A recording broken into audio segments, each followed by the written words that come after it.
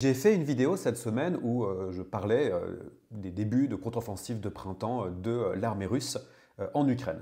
Qu'elle soit à Soumy actuellement, qu'elle soit aussi autour de Liman. Mais dans cette vidéo, j'ai plus envie de parler d'un point de vue métapolitique, méta-géopolitique. Dans la première vidéo, je parlais beaucoup plus d'aspects de terrain, de combat, d'unité, etc. De cartes aussi et de tactique militaire russe. Mais dans cette vidéo, j'ai envie de prendre un peu plus de hauteur et m'intéresser un peu à la vision métapolitique, géopolitique de Poutine. Et en fait aussi surtout les trois grandes difficultés auxquelles font face actuellement l'armée russe. Alors, pas de souci pour mes viewers pro-russes. Si vous le voulez, je peux faire exactement la même vidéo où je parle des 3, 4, 5 difficultés systémiques de l'armée ukrainienne actuellement. Et Dieu sait qu'il y en a et je peux en parler pendant longtemps. Mais là, j'ai envie de me concentrer sur la Russie parce que je sais qu'on parle beaucoup de la Russie comme étant dans une position favorable dans les négociations par rapport à Donald Trump.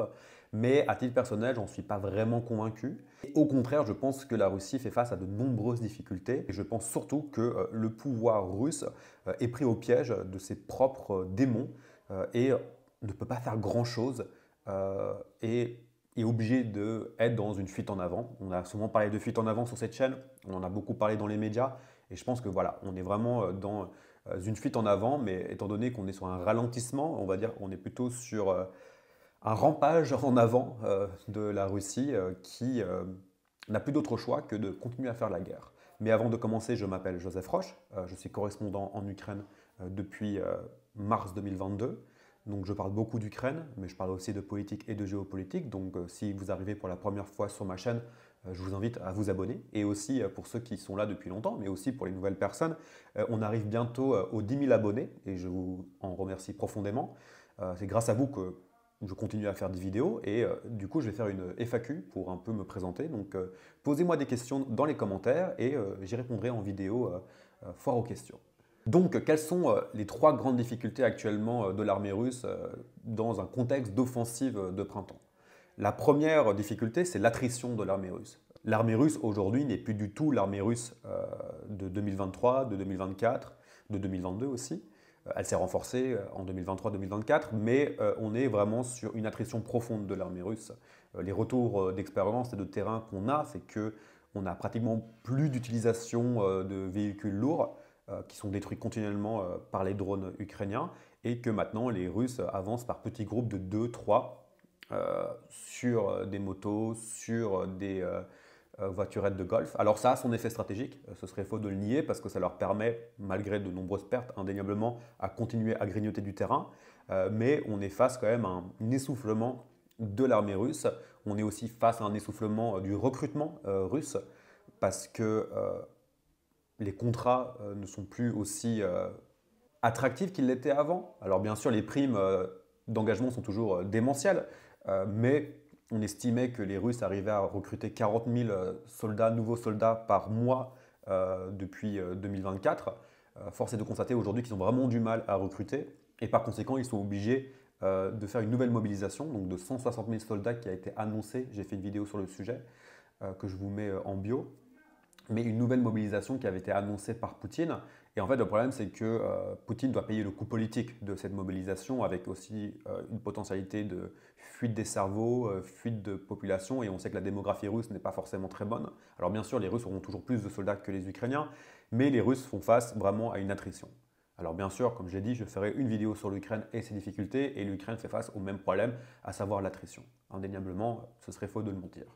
Le deuxième problème de l'armée russe actuellement, c'est que la ligne de front s'est considérablement allongée en 2024. C'était voulu par les Ukrainiens. Les Ukrainiens ont toujours voulu étendre la ligne de front parce que la logique stratégique des Ukrainiens ici, c'était d'éviter trop de pression sur certains points. Et beaucoup de stratèges disaient que les Ukrainiens avaient intérêt à étendre la ligne de front parce que les Ukrainiens sont majoritairement en défense et des vecteurs trop puissants russes sur certains points du front pouvaient vraiment poser problème pour les Russes, d'où le fait que les Ukrainiens, déjà en 2023, faisaient des petits raids à Belgorod, ici et là, pour attirer l'armée russe, forcer l'armée russe à garder des positions sur l'oblast de Belgorod, sur l'oblast de Koursk aussi, bien évidemment. Et on le voit sur cette carte, la ligne de front en rouge, c'est la ligne de front qu'on avait en 2023-2024 et 2022-2023 et la ligne bleue, c'est ce qu'on a en 2023-2024. Ça a notamment été permis par la contre-offensive, l'offensive ukrainienne sur Koursk qui a forcé les Russes à maintenir du matériel et des hommes sur la poche de Koursk. Et aussi, on le voit actuellement avec la volonté ukrainienne, avec son grignotage autour de Belgorod, de continuer à forcer les Russes à maintenir une position défensive sur certains oblasts. Et en fait, les hommes qui sont utilisés pour prévenir d'une potentielle attaque ukrainienne ne vont pas être utilisés pour renforcer les vecteurs autour de Liman, les vecteurs autour de Pokrovsk, les vecteurs autour même de Zaporizhzhia, etc., etc. Donc ça, c'était vraiment une stratégie importante des Ukrainiens, parce que les Ukrainiens, de toute manière, ont toujours gardé des soldats sur l'ensemble du front et aussi sur la frontière avec la Biélorussie, on a tendance à l'oublier, mais il y a toujours des forces assez importantes avec du matériel, avec des obus, qui gardent la frontière bélarusse et qui ne sont pas utilisés pour renforcer le front à Pokrovsk, pour renforcer le front à Zaporizhzhia, etc. Donc, les Ukrainiens, de toute manière, ont toujours gardé une position défensive sur l'ensemble de leurs frontières, y compris avec la Biélorussie, qui n'est rien d'autre qu'une lampe de lancement russe pour des opérations. Il ne faut pas oublier que la guerre d'invasion de 2022 a commencé par une invasion depuis le territoire biélorusse, ce qui pose d'ailleurs un énorme problème, mais ça, on pourra en parler une autre fois. Et du coup, les Russes, comme je l'ai dit, eux, avaient plus intérêt à avoir des vecteurs importants, puissants, compactés sur certaines parties du front, et au contraire ne pas avoir l'ensemble de leur armée répartie sur l'ensemble de la frontière. Donc ça, c'est vraiment, à mon sens, le deuxième grand problème de la Russie, c'est que le front est beaucoup plus important et du coup, les vecteurs sont moins puissants sur, par exemple, le Donbass. Le troisième problème, c'est que la guerre des drones est à l'avantage du défendeur. Et les Ukrainiens défendent. Alors, on est plus ou moins à l'équilibre actuellement entre les drones ukrainiens et les drones russes. On est revenu aussi à une forme d'équilibre dans l'artillerie. Les Ukrainiens ont réussi à détruire 1200 pièces d'artillerie rien que pour le mois de mars, ce qui est une prouesse extraordinaire. Pour vous donner un ordre d'idée, les Américains ont plus de 3000 pièces d'artillerie. Donc ça veut dire que c'est comme si l'Ukraine avait réussi à détruire la moitié de l'arsenal d'artillerie de l'armée américaine. Et ça se ressent actuellement sur la ligne de front où on a vu une diminution de 50% d'obus russes contre les positions ukrainiennes. Donc ça, c'est à l'avantage bien sûr du défendeur. Et surtout, comme j'ai dit, la guerre des drones est à l'avantage du défendeur. Parce que les Ukrainiens sont cachés dans leur centre de commandement, centre de pilotage de drones, et monitorent le champ de bataille. Et on envoie des drones, n'a plus en finir. On est sur un usage de 3 000 à 4 000 drones par jour pratiquement. Ça dépend des moments, mais moi, ce que j'ai entendu, en tout cas, d'un commandant de bataillon de drones, c'est qu'on est plus ou moins sur cet ordre d'idée. Donc aussi, il est important de montrer que le drone a remplacé aussi, dans une certaine mesure, l'artillerie. Alors l'artillerie est toujours essentielle pour faire du barrage. Et d'ailleurs, à ce niveau-là, les Ukrainiens sont montés en puissance, sont montés en cadence par rapport à l'utilisation des obus. Et il y a 3000 obus qui viennent directement de l'Union européenne qui sont utilisés par jour, donc 3000 obus par jour qui viennent de l'Union européenne. On a toujours du matériel américain. D'ailleurs, les livraisons d'armes se sont accélérées depuis quelques semaines. On voit beaucoup plus d'armes arriver, d'armes américaines arriver. Alors, il n'y a pas de nouveaux paquets d'aides qui ont été votés, mais après la pause de l'aide américaine, on a vu une accélération, comme s'ils essayaient de rattraper le retard. C'est compliqué de comprendre ce qui se passe du côté américain, pour être honnête. C'est compliqué. J'avoue que j'ai pas suffisamment de longueur de vision, pas suffisamment d'éléments que pour essayer de comprendre quelle est vraiment la stratégie. Et je pense qu'en fait, qu'il n'y a pas vraiment de stratégie. On s'adapte au jour le jour. Voilà, c'est ce que je pense actuellement. Mais voilà, tout ça pour dire que quand même, le troisième problème des Russes, c'est que les Russes doivent faire face à une guerre des drones quand même très active. Et la guerre des drones, quand on est un attaquant, est quand même très très violente, très très mortelle et très problématique pour l'attaquant. Et tout ça arrive, donc ces trois difficultés russes arrivent à un moment où en fait Poutine a besoin d'un narratif de victoire pour continuer à se maintenir au pouvoir. Et il doit continuer à avancer pour se maintenir au pouvoir. Et il ne peut pas arrêter la guerre. C'est pour ça qu'il n'y aura pas de paix ou de cessez-le-feu, je ne pense pas, à titre personnel, parce que si c'est un peu ce que racontait Mao, c'est que La révolution, la guerre, c'est comme une bicyclette. Si on arrête, on tombe. Et c'est un peu ça le problème avec le Kremlin, c'est que s'il s'arrête, mais comment est-ce qu'on vend un narratif de la victoire au peuple russe? Et c'est ça la grande question, et c'est ça le grand problème auquel on fait face actuellement en Russie. Et de l'autre, le problème, c'est qu'il est pris au piège dans une séquence où Trump veut la paix. Et je pense que même si Trump a des affinités idéologiques avec Poutine, je ne crois pas dans la collusion, comme quoi ce sera un agent du KGB, j'y crois pas du tout. Mais Trump veut la paix, il veut son prix Nobel, il a une vision court-termiste de ses intérêts. Il veut absolument, en plus actuellement avec le crash boursier, il a besoin d'une petite victoire, j'en ai déjà parlé sur ses vidéos. D'ailleurs, j'ai l'impression que c'est pour ça qu'il multiplie les trucs à Gaza, les trucs en Iran et compagnie, en utilisant toujours Steve Witkoff. Et je suis désolé, Steve Witkoff n'a pas un tracking record extraordinaire en termes de cessez-le-feu réussi.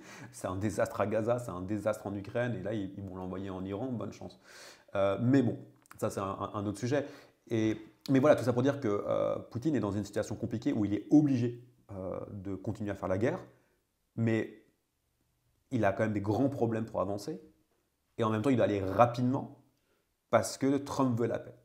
Et le journal Axios a rapporté que le, le département d'État américain a annoncé, pas encore annoncé, mais c'est en soubassement, et le journal Axios, c'est un très bon canard qui a des très bonnes sources au sein de la Maison-Blanche et du Pentagone, qui ont dit que si les Russes n'arrivent pas rapidement à un accord de cessez-le-feu, les Américains pardon, vont vraiment monter en cadence et en puissance contre les Russes avec des sanctions secondaires, notamment des sanctions contre les pays tiers qui aident la Russie, des sanctions sur la flotte fantôme, etc., etc.